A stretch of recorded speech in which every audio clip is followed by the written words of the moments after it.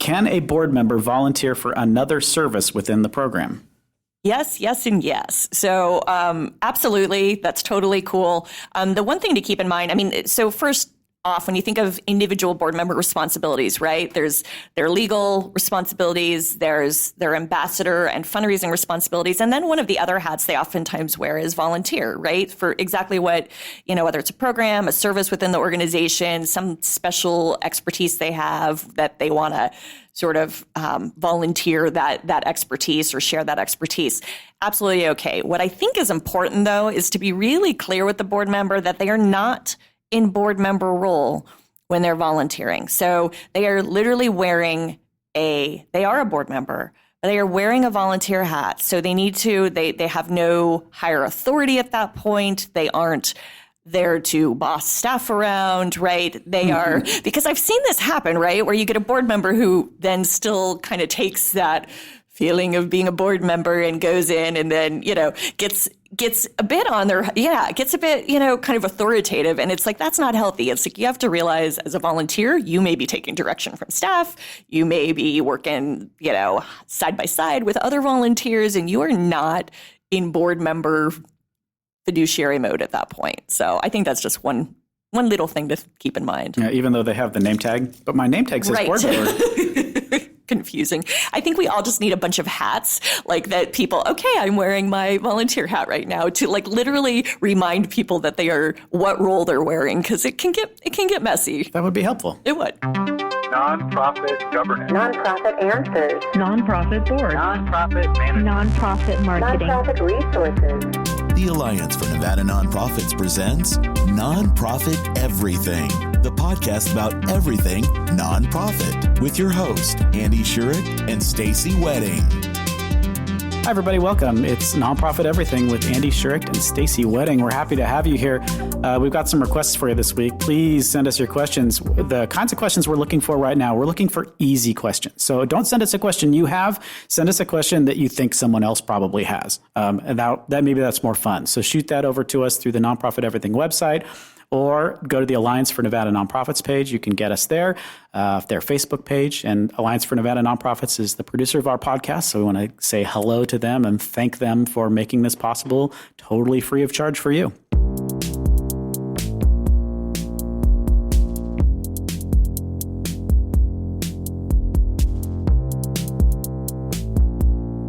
Our mission and work is heavy. On a daily basis, our team deals with serious and somber topics. We have had a few staff members resign the last several months, and I heard from other staff that they left because they were burned out and just had no more to give. I am concerned this feeling of burnout is going to continue if I don't figure out a solution.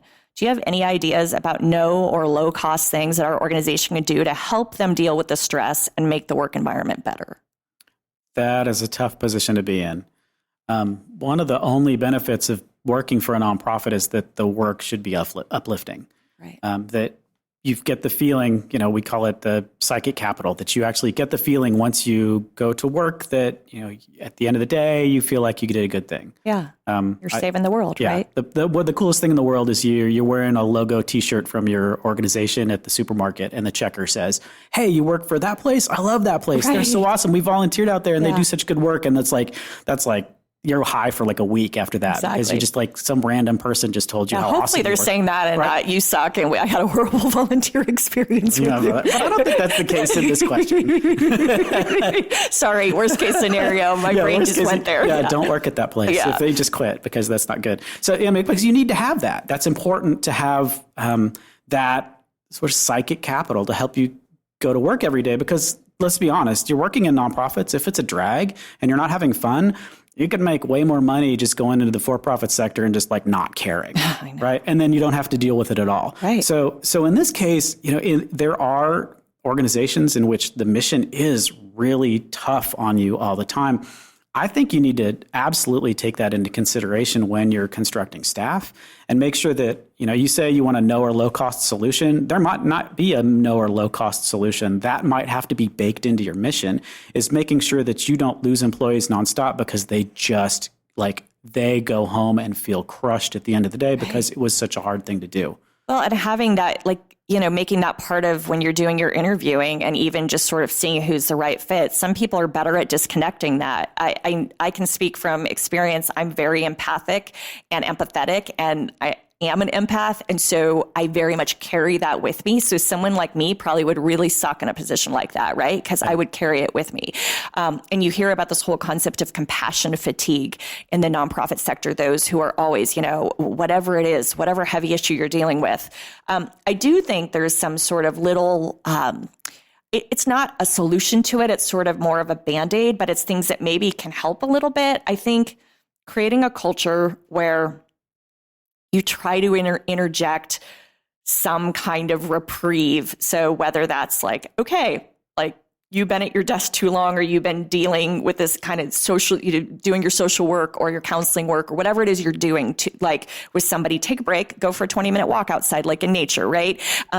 Sort of someone like the manager or whomever of that person sort of trying to get people to take care of themselves in it, because it's easy. You get engrossed when you're that employee and you're just kind of driven to continue helping and serving. And at the end of the day, you're not taking the breaks you need just for your mental kind of refresh. I've seen organizations bring in, one organization I know actually brought in like therapy dogs for their staff, like just to sort of be like, oh, look, this Friday we're going to have so-and-so from the shelter who's going to be here to just, or whatever, this therapy dog who's going to be like hanging out with us in the office in the afternoon. So something to kind of lighten that up. I've also seen, I saw this in the for-profit sector, but I was thinking it would be interesting to do this in the nonprofit sector as well.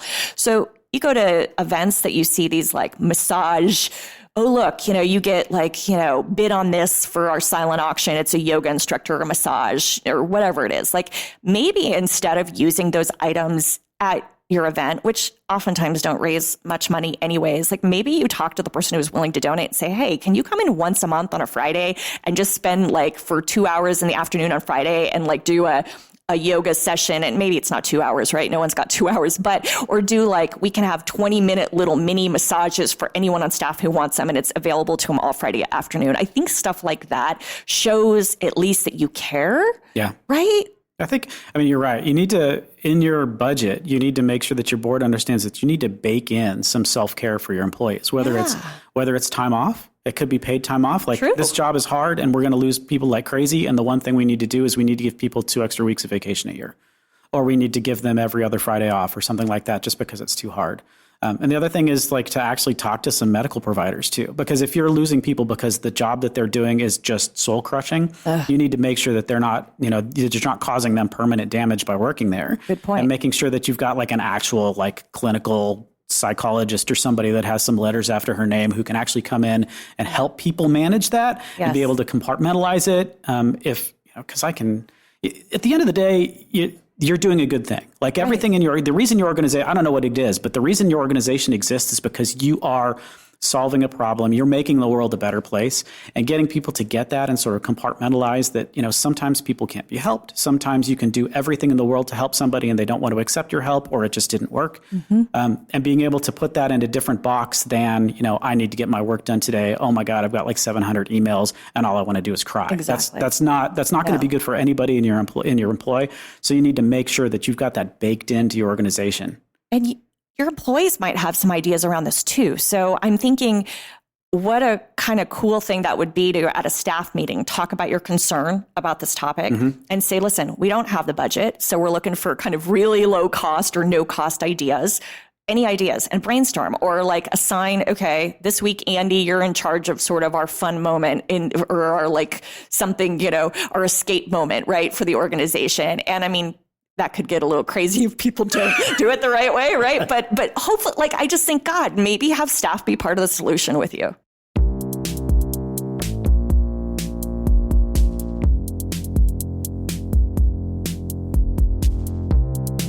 What due diligence should a board do before hiring an executive director? Well, obviously, having a process in place for, the as you're trying to recruit executive directors, as you're trying to decide, are you going to open it up internal, just, internal first, maybe internal and external? there really needs to be, what I find is a lot of organizations are just, right, they're in desperate need. Oh my God, we got to hire an ED, or, oh, this has just crept up on us and we need to do this now. And so they don't put like a good sound process. And probably any HR person listening to this would say, you really need to be fair, right? So the process needs to be, what are we doing with internal candidates? It needs to be a same process as far as like the questions you ask, right? Need to be the same for internal and external. But as an example, some organizations choose, we're going to open this up internally first, and then we're going to move to, if we don't have any viable candidates, we're going to move to external. So you need to kind of figure out some of that. Then you got to figure out what are the questions we're going to ask. And ideally, it's hard to do. If you have a search committee, make sure you have the same people interviewing all the candidates, because it's not fair, right, to have 3 people. It's disrespectful, honestly. It is. And then 5 people here, and then 2 people here, and like it's all different opinions. You're comparing apples and oranges. Really bad, right? So after you've gone through all that, then of course it's, is it reference checks? Some organizations, I've seen some, depending on the nature of the nonprofit, do everything from a drug test, a background check, a credit check. So depending on the mission and exactly what kind of work they do, some go to that level. Others just, keep it at a reference check. But I do think getting some HR expertise, or having someone, if there's someone on your board with that, who can help advise through the process, because there are so many ways to make mistakes and pitfalls during a hiring process that can come back to bite you, or legally, get you in trouble. So I'm just a huge believer in kind of making sure you're asking the appropriate questions. And God knows we've all been in that like moment with a search committee where we're like, did you really just ask that question? Because you're not supposed to ask if they have kids or how old they are, right? Yeah, don't do that. How many months pregnant are you? Yeah, exactly. Like, don't do that. So anyways, but so that's, in general, what I'd say. What about you in your experience? Yeah, so having gone through the process with small nonprofits and bigger nonprofits, I'm always kind of amazed when you hire somebody who's a professional. So you've hired a search firm to help you find the next executive director for a larger organization, because they have, what they are bringing is, number one, they're bringing a network of people already, people that they're already connected to, that have a set of skills that you've identified as a board is important for your organization. But then they really help you put the questions together. Yes. So they tell you, like, these are the kinds of things that you need to ask, and they go through the process of doing all of the background checks. They check references. Just as a former person responsible for HR, you should never, ever, ever hire somebody without checking their references. Absolutely. Because you'd be shocked at how many times you're hiring somebody and they have given you 2 references, and you call the first one, and the first one's like, I don't know that I'd hire that person. You're like, why did you put that on your application, right? Right. Well, how is this person connected to you, right? So making sure that you because the assumption is, like, as a professional, as somebody who's on a board, you're like, I would never put somebody on my reference form that would say anything other than perfect things about me, right? But sometimes the people that you're bringing in aren't at the same level that you are. So you have to think about that's really important, to make sure that you've checked those references. And then the employment references are important too, but some people can only ever say things like, yes, I can say that person was employed here from this date to this date. And then, there are other ways, especially because the nonprofit sector is really small, especially in Nevada. There aren't that many of us, to be honest, and everybody knows everybody else. And one of the due diligence things that you can do, although it may not seem totally kosher, is call somebody that you know who knows that person. Because you can, even though it's not on their reference sheet, you can still get kind of a candid assessment of, like, is that person really going to be able to handle what we're giving them? Or, or what crazy dirty laundry am I not hearing from all of their glowing references that I got elsewhere? I think that's, I don't know, people may disagree, but I think that's totally okay, is to call people around. Recognizing that, if you call somebody that, I'm sure there are people that, if you talk to them and ask them about me, they'd be like, oh, that guy never, right? Well, we all have some of those skeletons in our closet, right? Yeah. But I think on balance, I think if you called a handful of people, like, more people would say, yeah, he's a good guy, than would say, oh, yeah, he's the worst guy ever, right? Absolutely. But you know what? So, okay. this is an assumption I make. It's probably not a fair assumption because I know there are some, depending on who you're calling to do the employment reference check. And as you said, you get those that are sort of really stiff or regulated about what their response is.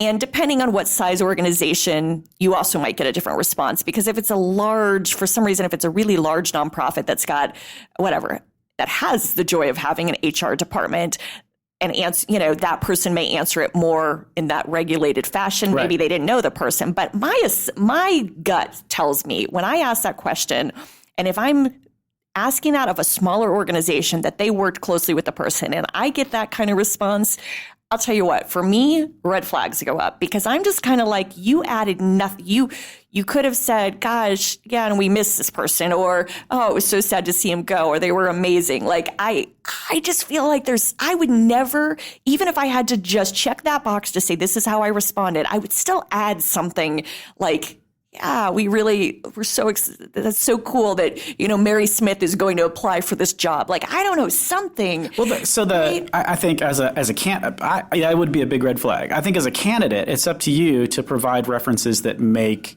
the most sense for you. Yes. So if you know that, you work for an organization that has an HR person who's super into legal stuff, and they know if they call the HR person, they're going to say, here are the employment dates and the rehire status is yes. Those are the two things they're going to tell you.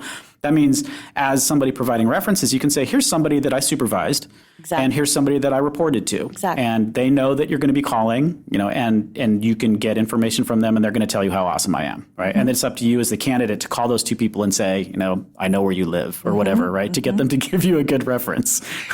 Well, and I'll tell you what, back to your point about references, I do think that people tend to go, oh, of course people are going to put down, people are going to give them a good reference. So why are we even wasting the time or the energy on it? But you are so right, Andy. I could say out of probably 10 times I've ever checked for references, I would say at least half of those times I have gotten a shocking response. Wow. And I mean, it's been more than, and I want to just sort of scratch my head and say to the person, what were you thinking? Or were you desperate and you really have burned that many bridges that you were just had to put somebody down and you didn't think we were going to actually check it? Yeah.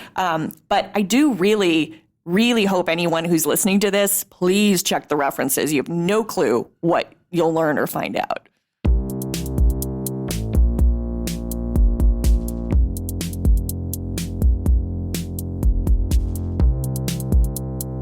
We heard about an organization who had some fraud from checks stolen out of their outgoing mail. What other kinds of fraud should we be looking out for, and how do we prepare? Oh, that's a huge question. That's like asking for everything. So having checks stolen out of outgoing mail, that's what happens is you'll pay your vendors, you'll put the checks in the mailbox, and then somebody breaks open the mailbox, takes out everything, takes the checks, erases who the pay to was, puts their name in it, takes it to a check cashing place, and the money comes out of your account. You only find out once the vendor sends you a statement and says, hey, you didn't pay us. You're like, yes, I did. And then you look and they don't have it. And then you find the money came out of your account and you chase it down and you can basically never get it back. For fraud, there's really two things you should be looking for. Number one, on the front end, there's stuff that you can protect yourself with just to make sure that you're aware of things, the possibility of things going wrong for you. And then on the back end, there's things you can do to double check that it's not happening, so that if something did happen, that you can catch it relatively quickly. So you want to do that prevention side of it, and then you want to do the follow-up side of it. So for something like check washing, the easiest way to do that is to do something called positive pay with your bank. So every bank, if you're a medium-sized, small probably not, but a medium-sized nonprofit, and you have a bank account that has maybe an online portal attached to it, you can sign up for something called positive pay, which means that when you cut your checks and you're about to send your checks, you can tell the bank, these are the check numbers, these are the dollar amounts of the checks, and these are who they're supposed to go to. And so the bank is now aware of who those checks are going to and what the dollar amounts are. So if it isn't right, so when the bank sees that the check has been cashed and either the dollar amount is different or the pay to is different, then they won't pay the check. They'll go, sorry, that's not how it works. That's great. So you can kind of lock the checks with the bank by doing it that way. There's also other ways you can do it. You can, just don't put them in the mailbox outside, take them to the post office and drop them off at the post office. We've done that too. And then there's services that you can pay for that will they'll cut your checks for you. So, you're doing it as a online and you're approving it, you do your approval process online and you hit send, and then you never actually physically see a check. It comes from Cleveland or something, right? So the challenge with this question is it's so big. Like there's every possible way that somebody can think to steal money from you. They will steal money from you. Yeah, which is so tough. And what's interesting is some of the articles, Andy, talk about that it's oftentimes someone will think it's like a certain department, like, oh, it's probably finance because they would know how to do this. It's actually not necessarily that at all. And you usually find that it can be anybody. It can be the front desk receptionist in your office. Yep. The volunteers? Totally. Anybody. Yeah. And when you're looking at like cop shows, right? They're always they're looking for motive and opportunity. Everybody anywhere near money has a motive, right? It's the money. They want to take the money. That's the motive. So everybody has the opportunity to do it if they're given the chance.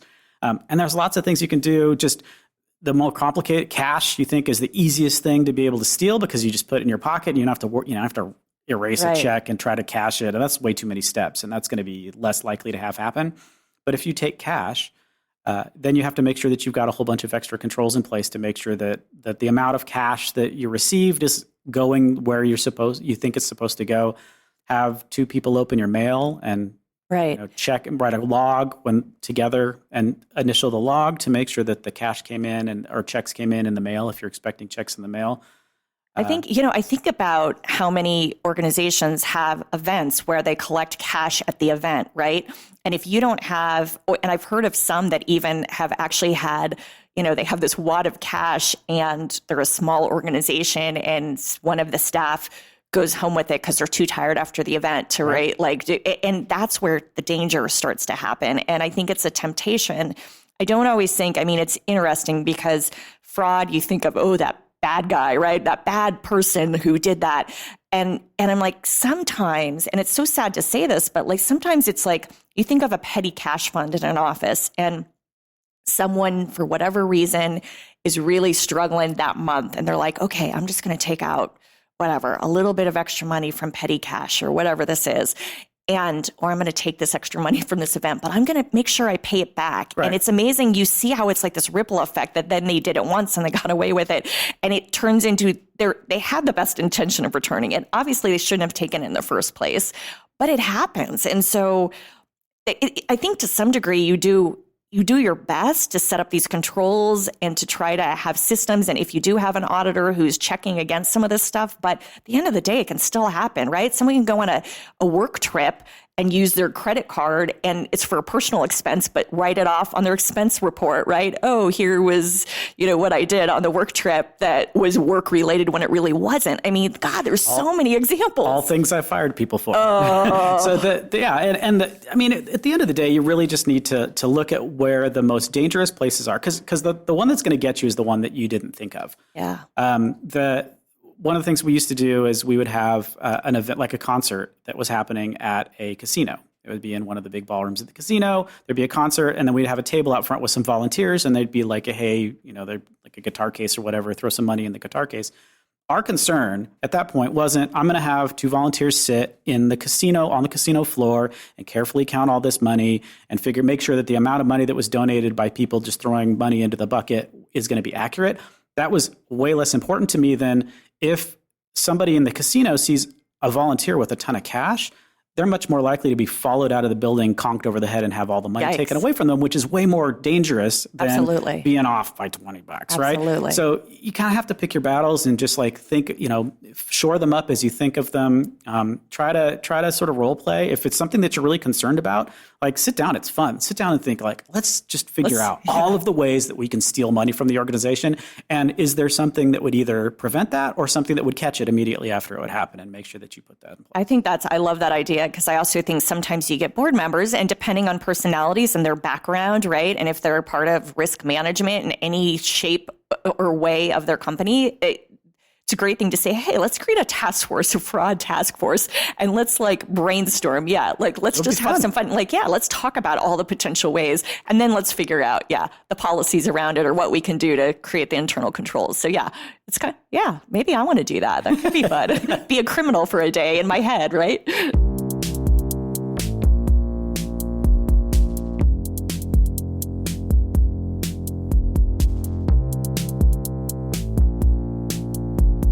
Okay, Stacey, does a nonprofit org need a vice president position? Well, I'm going to assume that the person asking the question is talking about a board position, so sort of a board vice president. And, the answer really, I mean, typically there is a vice president position, right? Or sometimes it's called a vice chair. What I like to do, though, because oftentimes people feel like that's a position where it's not a lot of, you don't have to do a real lot. That's what I hear, at least from organizations, right? It's like the easy, like everyone wants to be vice president or vice chair. What I think makes more sense to make sure it's really an active officer position is to think about whether you want to call it vice president, or perhaps you want to call it president-elect, or it could be some combination of both. But is this part of the succession plan, right, for a vice president to move into the president role? Because so many times people just pick that and don't ever expect to move into the president role, and other people on the board expect them to, and then it becomes, there's turmoil around it. Yeah. Right? So my answer is, do you absolutely have to have it from a legal perspective? No. But do you need it? I think it's a great tool for succession planning. It's also a great way, if that person has never actually maybe led a committee before, they could also be, part of that role's responsibility as vice president is also to lead a committee while they're there. Of course, they step in if the president ever, misses a meeting or for some reason is absent for a while, that position steps in. But I really like calling it and literally spelling out in the bylaws, the vice president is going to assume the president position. So the vice president is also considered the president-elect. I think, and some people actually have both. They have a vice president and a president-elect, but then you fall back to, okay, it's a VP without really much responsibility. What's been your experience? Well, the only time I've ever seen that where there's a president-elect and a vice president or a multiple vice president is because they don't want to do king-making. So right now it was hard enough to decide who the board chair was for this term. Yeah. And we don't really want to say who the board chair is for the next term. We want to kind of leave it open. So they might have more than one position there. I've seen that happen, but that's kind of wishy-washy. Just figure it out, right? Yeah. But I think I think you're right to say, are you really talking about the board? The thing that I thought of was it depends on what it says in your bylaws. So if you have existing bylaws and the bylaws doesn't have a vice president position in it, the answer is no. If the bylaws do have a vice president position in it, the answer is yes. If you look at the way the NRS is set up, so the Nevada revised statutes actually say nonprofits are corporations. I'm assuming you're a corporation, and a corporation must have the following officers, and it's president, secretary, and treasurer. Exactly. So the NRS doesn't say you need one, so it's really up to the bylaws. It is, and that's a good distinction. And I think there's room, though, for the person asking this question, there's room to reflect on, is this a position you want to strategically add so you have some board succession planning in place, if that indeed you want to move this toward that lens? Because I think succession planning is a big deal in the nonprofit sector, and I worry about, both from a board chair perspective and an executive director position, how many organizations don't have that in place. And I think this really forces people to be strategic and thoughtful long-term about, okay, who are we moving up? Who are we seeing being our next, vice president? Yeah. Also, side note, this is just a pet peeve, but I don't love, it's absolutely, okay for people to call this a president or vice president position. I actually caution organizations against it, because there are a lot of executive directors now that are going more with titles of president or president and CEO. And I think there becomes confusion. And it's the confusion you and I had when we looked at this question. It's like, okay, are they talking about vice president on staff or vice president on board? So I am a huge proponent of naming these officer positions a chair, a vice chair, or whatever, chairman, vice chairman, if you want to be more formal, whatever, because I think there is more clarity and distinction between that and what could be considered a staff position. Yeah, I think it's sort of title inflation. Executive director sounds important, but president and CEO sounds really important. Yes. And the word president is technically the one that's supposed to be the board, right? President means preside. So you're presiding over the board. It's the same thing as the chair. You're chairing the board. It's just the same word used two different ways. Yeah, I've seen that president and CEO for a lot of titles, and the president kind of is just, you're not the president of the board. Right. You're the CEO. Right. You're the chief executive. So yeah, thinking about those, I don't know. I've never been super excited about titles in general, but it can get confusing. It can.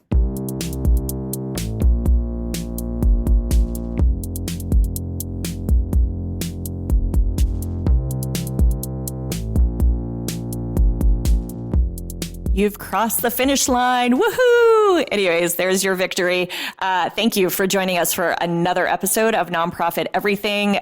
We couldn't do this without you, and we certainly can't do this without your questions. There is no question too big or too small. There may be some that are kind of wacky questions, and we love those because those are really fun and kind of make it more interesting. So send us what you got, nonprofiteverything.com. And again, thanks to the organization making this possible and the Alliance for Nevada Nonprofits.